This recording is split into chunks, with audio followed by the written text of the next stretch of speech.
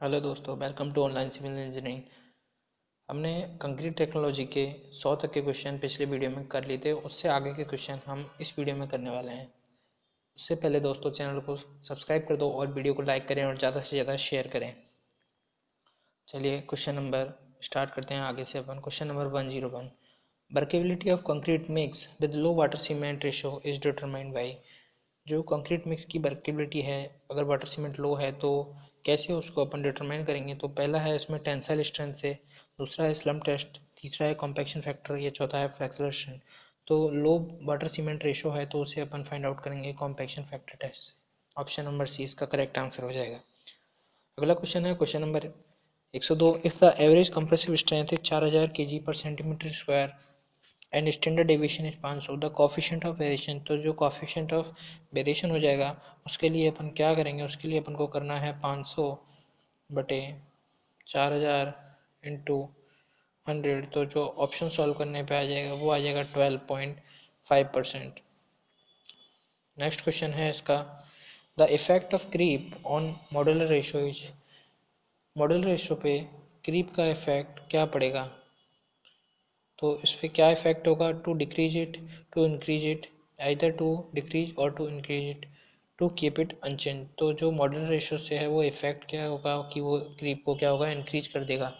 जैसे जैसे modular ratio बढ़ता जाएगा तो क्रीप है वो भी इंक्रीज होता जाएगा। The type of aggregate not suitable for high strength concrete subjected to tension is. कौन से एग्रीगेट हैं जो हाई स्ट्रेंथ कंक्रीट के लिए सुटेबल नहीं है। तो ये हो जाएगा ऑप्शन नंबर एक, राउंडेड एग्रीगेट है उसको अपन यूज करते हैं हाई वर्केबिलिटी के, नोट हाई स्ट्रेंथ के लिए। तो हाई वर्केबिलिटी के लिए तो अपन राउंडेड एग्रीगेट यूज कर सकते हैं, लेकिन हाई स्ट्रेंथ कंक्रीट के लिए अपन राउंडेड एग्रीगेट यूज नहीं कर सकते। The maximum percentage of chemical ingredient of cement is.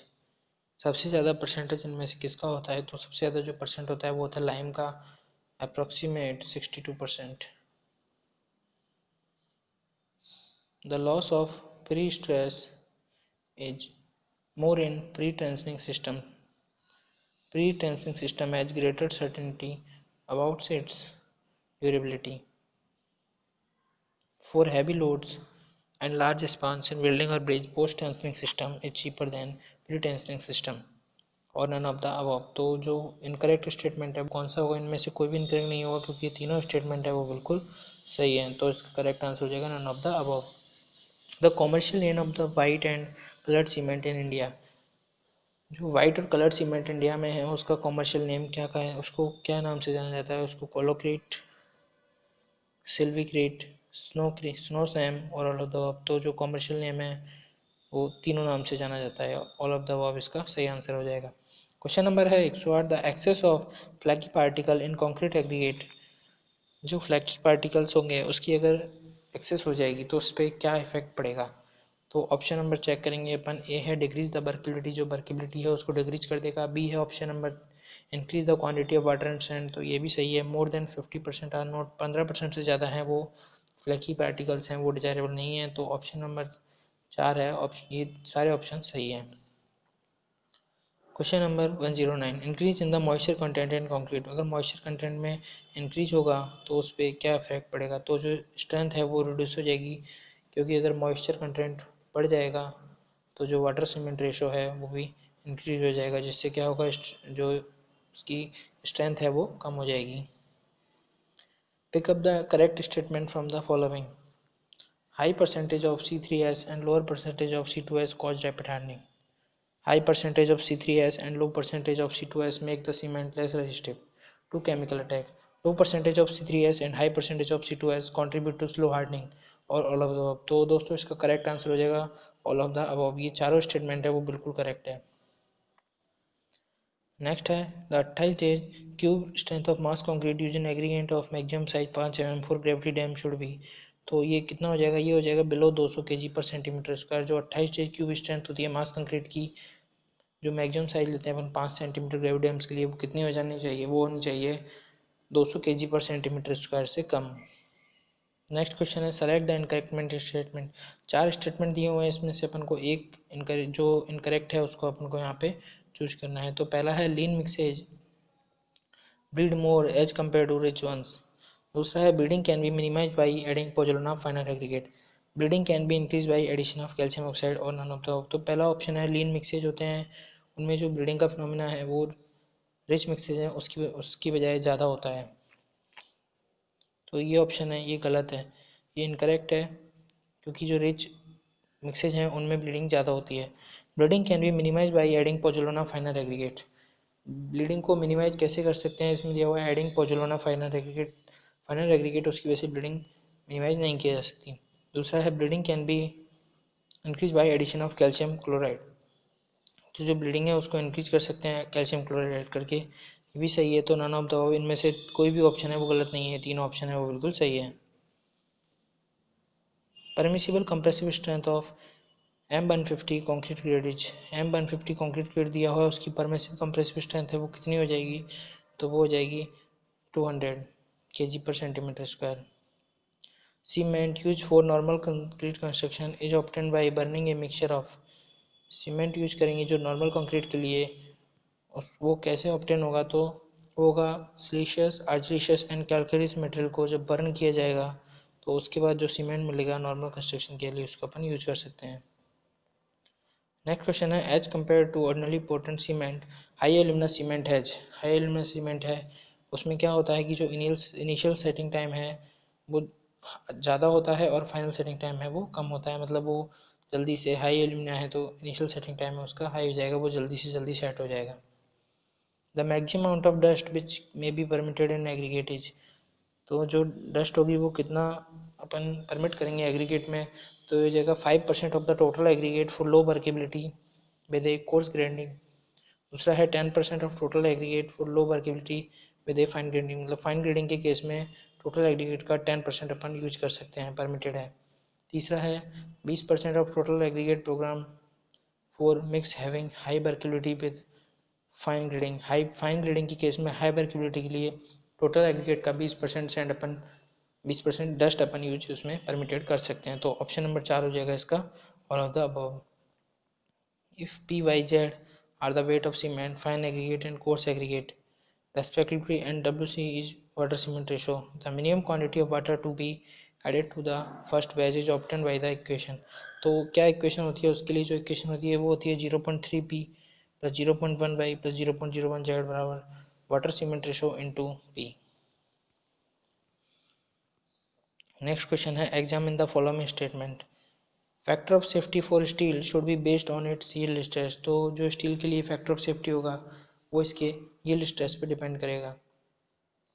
दूसरा है factor of safety for steel should be based on it ultimate stress, तीसरा है factor of safety for concrete should be based on its yield stress, और तीसरा है factor of safety for concrete should be based on it's ultimate stress. तो जो steel के लिए होगा वो तो इसमें आ जाएगा यील्ड स्ट्रेस पे, और जो कंक्रीट के लिए होता है वो अल्टीमेट पे, तो ऑप्शन नंबर बी हो जाएगा इसका correct answer 1 and 4।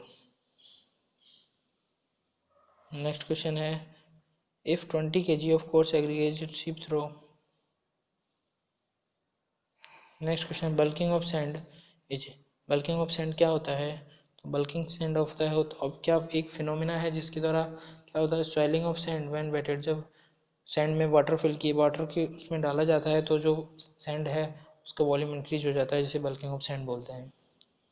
For a longitudinal enforcement bar in column the minimum cover shall be neither be less than the diameter of the bar not less than, तो इसका जो option हो जाएगा उसका जो करेक्ट आंसर हो जाएगा option number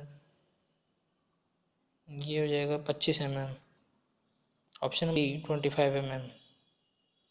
workability of concrete is measured by, concrete की वर्केबिलिटी है उसको कैसे मेजर किया जाता है, तो वर्केबिलिटी है वो बिगट एपरेटस से स्लम टेस्ट से मिनिमम बॉयड रेशो या, तो इसको स्लम टेस्ट से वर्केबिलिटी को मेजर किया जाता है। स्लम टेस्ट कौन सा होता है, स्लम टेस्ट होता है एक ही एपरेटस होता है स्लम कोन टेस्ट के लिए, जिसका जो डाया होता है ये वाला ये होता है 200, ऊपर वाला डाया होता है इसका ये होता है 100, और इसकी जो हाइट होती है वो होती है 300 mm में। इसमें अपन कंक्रीट फिल करते हैं, उसके बाद जब इसको उठाया जाता है यहाँ से तो जो जितना ही स्लम्प देता है वो उससे इसकी वर्केबिलिटी फाइंड आउट कर सकते हैं।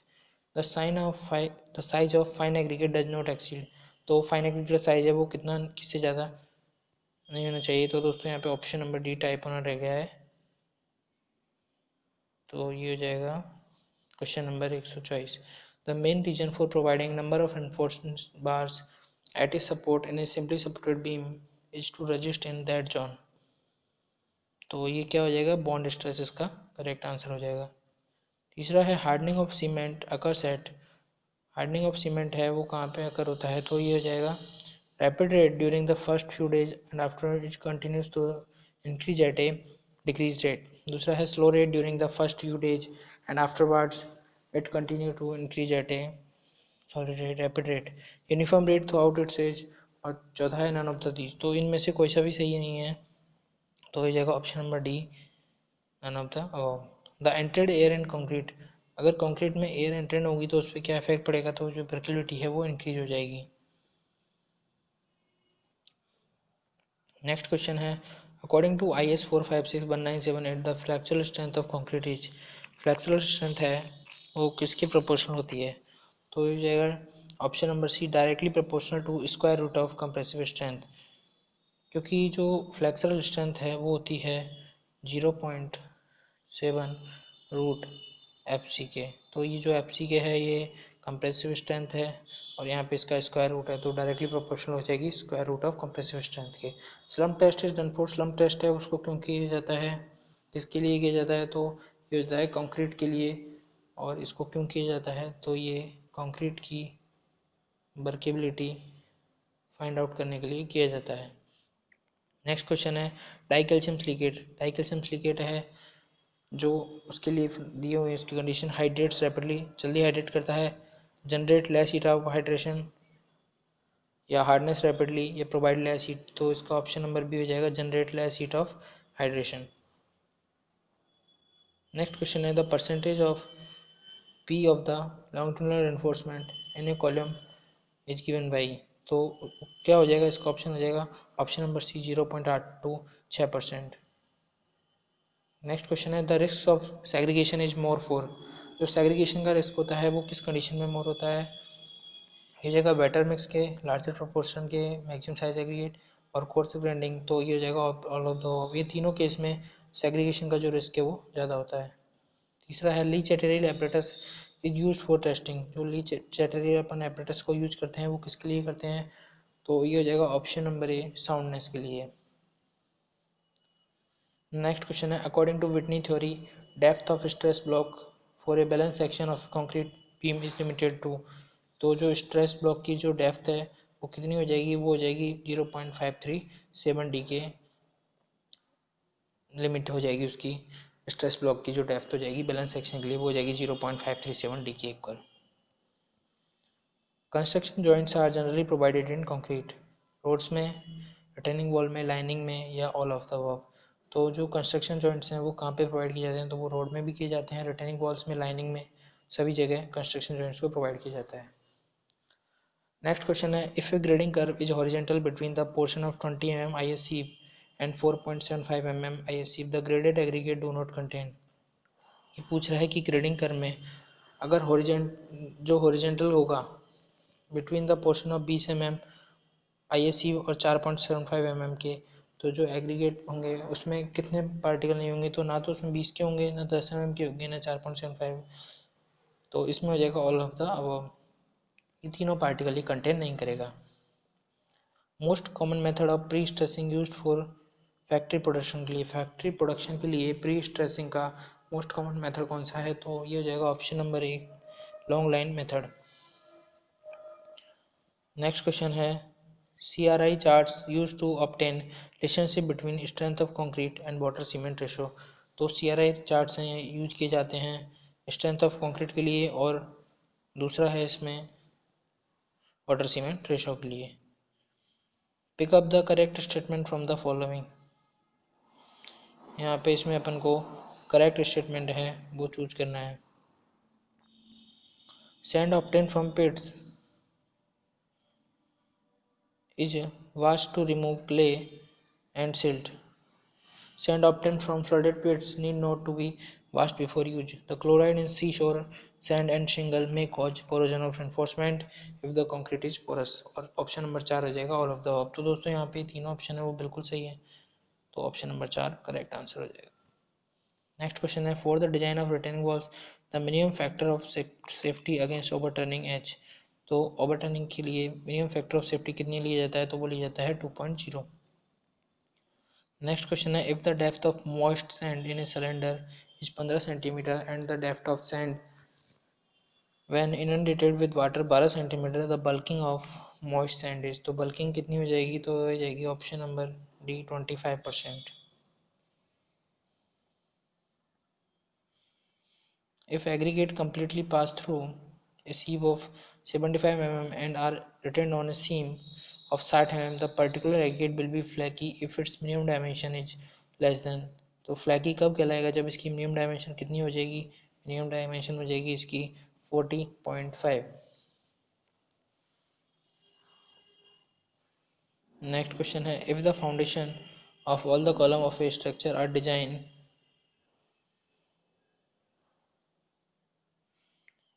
A concrete having a slump of 6.5 centimetre is said to be। अगर किसी कंक्रीट का जो स्लम्प है वो 6.5 सेंटीमीटर मीन्स 65 mm है, तो इसे क्या कहा जाएगा, तो इसे कहा जाएगा plastic slump, plastic concrete. Shrinkage of concrete depend upon, concrete का श्रिंकेज है वो किस पे डिपेंड करेगा। ऑप्शन नंबर 1 है ह्यूमिडिटी पे, ऑप्शन नंबर 2 पैसेज पे, ऑप्शन नंबर 3 है स्ट्रेस पे। तो जो हो जाएगा इसका हो जाएगा जो श्रिंकेज है वो ह्यूमिडिटी पे भी और पैसेज ऑफ टाइम पे डिपेंड करेगा, श्रिंकेज का स्ट्रेच पे कोई इफेक्ट नहीं है।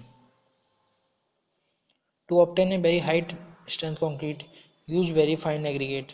हाई स्ट्रेंथ के लिए fine aggregate, fine granite, magnetite, barite या वोल्केनिक स्कोरिया। तो फाइन ग्रेन्ड ग्रेनाइट को यूज किया जाता है high strength concrete find out करने के लिए। बिकट एपरेटस है यूज फॉर, बिकट एपरेटस है उसको कहाँ पे कैसे यूज किया जाता है, किस टेस्ट से के लिए यूज किया जाता है, तो इसका ऑप्शन हो जाएगा कंसिस्टेंसी टेस्ट। फाइननेस के लिए जो टेस्ट करते हैं वो होते हैं अपने ऑटोक्लेव टेस्ट सेटिंग टाइम के लिए, और टेंसाइल स्ट्रेंथ के लिए नहीं किया जाता, कंसिस्टेंसी टेस्ट के लिए बिकट एपरेटस यूज किया जाता है। Which of the following losses of pre stress occurs only in pre tensioning and not in post tensioning. तो कौन सा लॉस होगा जो केवल प्री टेंशनिंग में होता है, पोस्ट टेंशनिंग में नहीं होता है। तो प्री टेंशनिंग और पोस्ट टेंशनिंग की बात कर रहे हैं यहाँ पे, तो कौन सा टेस्ट होगा अपना, तो ये टेस्ट हो जाएगा दोस्तों, तो ये हो जाएगा option number A elastic shortening of concrete, जो केवल प्री टेंशनिंग में होता है और पोस्ट टेंशनिंग में नहीं होता है। Next question the type of aggregate of same nominal size which contain less void when compared are. तो कौन सा हो जाएगा, ये हो जाएगा राउंडेड स्पेरिकल। नेक्स्ट है question number 150 pick up the correct statement from the following. चार ऑप्शन दिए उनमें से अपन को करेक्ट स्टेटमेंट चूज करना है। तो पहला है continuous grading is not necessary for obtaining A minimum of air voids. ये कह रहा है कि कंटिन्यूस ग्रेडिंग है वो नेसेसरी नहीं है मिनिमम ऑफ एयर वॉइड्स के लिए, तो ये सही ऑप्शन है। दूसरा है omission of certain size of aggregate is shown by straight horizontal line on the grading curve. तो ये भी ऑप्शन है जो सही है कि जो ओमिशन होगा सर्टेन साइज एग्रीगेट का वो हॉरिजॉन्टल लाइन से शो करेंगे ग्रेडिंग कर्व में। दूसरा है the omission of certain size of aggregate in concrete increases the workability but also increase the liability of aggregation. जो ओमिशन होगा एक सर्टेन साइज के एग्रीगेट का कंक्रीट में, वो वर्केबिलिटी को तो इंक्रीज कर देगा लेकिन जो सेग्रीगेशन की जो लायबिलिटी है उसको भी इंक्रीज कर देगा, सेग्रीगेशन के चांसेस को बढ़ा देगा। तो ये सारे ऑप्शन है वो सही है, तो ये जाएगा option number D all of the above. तो दोस्तों इस वीडियो में हमने इसके 150 तक के क्वेश्चन कर लिए हैं, इससे आगे के क्वेश्चन हम अगली वीडियो में करेंगे।